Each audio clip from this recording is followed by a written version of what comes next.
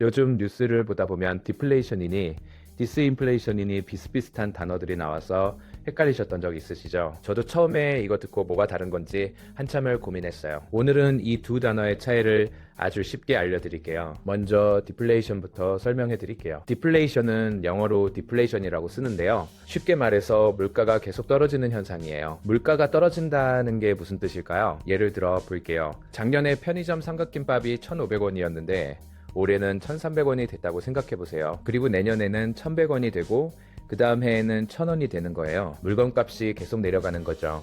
그러면 좋은 거 아닌가요? 라고 생각하실 수 있어요. 물건이 싸지면 우리한테 이득 아니냐고요? 처음에는 그렇게 느껴질 수 있어요. 하지만 이게 계속되면 큰 문제가 생겨요. 왜냐하면 사람들이 물건을 안 사게 되거든요. 생각해 보세요. 오늘 컴퓨터를 사려고 하는데 한 달만 기다리면 더 싸질 것 같으면 어떻게 하시겠어요? 당연히 기다리시겠죠. 그런데 한 달 뒤에도 더 기다리면 또 싸질 것 같으면요, 또 기다리게 돼요. 이렇게 모든 사람들이 물건 사는 걸 미루면 어떻게 될까요? 물건이 안 팔리니까 회사들이 돈을 못 벌어요. 회사가 돈을 못 벌면 직원들 월급을 줄이거나 심하면 직원을 내보내야 해요. 그러면 사람들이 더 돈이 없어지고 물건을 더 안 사게 되고 또 회사가 더 힘들어지고, 이게 계속 반복되는 악순환이 생기는 거예요. 마치 배수구에 물이 빠지듯이 경제가 점점 가라앉는 거죠. 그래서 디플레이션은 사실 굉장히 무서운 현상이에요. 일본이 1990년대부터 2000년대 초반까지 이 디플레이션을 겪었는데요. 이 시기를 잃어버린 20년이라고 불러요. 물가가 계속 떨어지니까 경제가 거의 성장을 못했거든요. 자, 이제 디스인플레이션을 설명해 드릴게요. 디스인플레이션은 디플레이션과 이름이 비슷해서 헷갈리기 쉬운데요. 완전히 다른 개념이에요. 디스인플레이션은 물가가 오르긴 오르는데 그 속도가 느려지는 걸 말해요. 이게 무슨 말인지 예를 들어 볼게요. 작년에 물가가 10% 올랐다고 해볼게요. 그런데 올해는 7%만 올랐어요. 내년에는 5% 오르고 그 다음에는 3% 오르는 거예요. 물가는 계속 오르고 있어요. 떨어지는 게 아니에요. 근데 오르는 속도가 점점 느려지는 거죠. 자동차로 비유하면 이해가 쉬워요. 디플레이션은 자동차가 후진하는 거예요. 뒤로 가는 거죠. 반면 디스인플레이션은 자동차가 앞으로 가긴 가는데 속도를 줄이는 거예요. 시속 100km로 달리다가 80km로 줄이고 그 다음에 60km로 줄이는 거죠. 여전히 앞으로 가고 있지만 덜 빨리 가는 거예요. 또 다른 비유를 해볼게요. 여러분이 다이어트를 한다고 생각해 보세요. 디플레이션은 체중이 줄어드는 거예요. 70kg에서 68kg, 그 다음에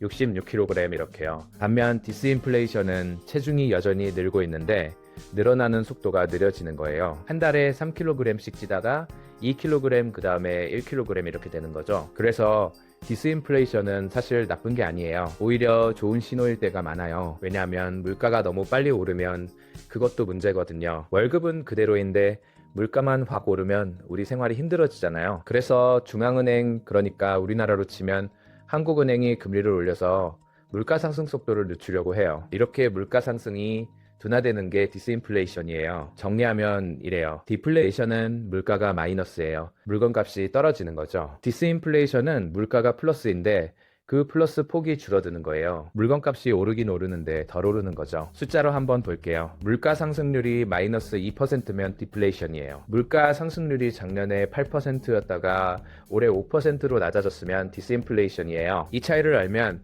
경제 뉴스가 훨씬 이해하기 쉬워요. 뉴스에서 디스인플레이션 조짐이 보인다고 하면 물가가 떨어진다는 게 아니라 물가 오르는 속도가 느려지고 있다는 뜻이에요. 그런데 디플레이션 우려가 있다고 하면 이건 진짜 물가가 떨어질 수 있다는 경고니까 좀 심각한 상황인 거예요. 우리 일상에서 이게 어떤 의미가 있을까요? 디스인플레이션 상황에서는 물가가 천천히 오르니까 저축한 돈의 가치가 그나마 덜 떨어져요. 하지만 여전히 오르긴 하니까 가만히 있으면 안 되고 적금이나 투자를 해서 물가 상승률보다 높은 수익을 내야 해요. 반면 디플레이션 상황에서는 현금을 가지고 있는 게 유리해요. 물가가 떨어지니까 돈의 가치가 올라가거든요. 하지만 아까 말씀드린 것처럼 디플레이션이 계속되면은 경제 전체가 어려워지니까 마냥 좋아할 상황은 아니에요. 취업도 어려워지고 월급도 안 오르거든요. 그래서 대부분의 경제학자들은 물가가 매년 2% 정도 오르는 게 건강한 경제라고 봐요. 너무 많이 올라도 안 되고 떨어져도 안 되고 적당히 조금씩 오르는 게 좋다는 거죠. 오늘 디플레이션과 디스인플레이션의 차이를 알아봤어요. 이름은 비슷하지만 완전히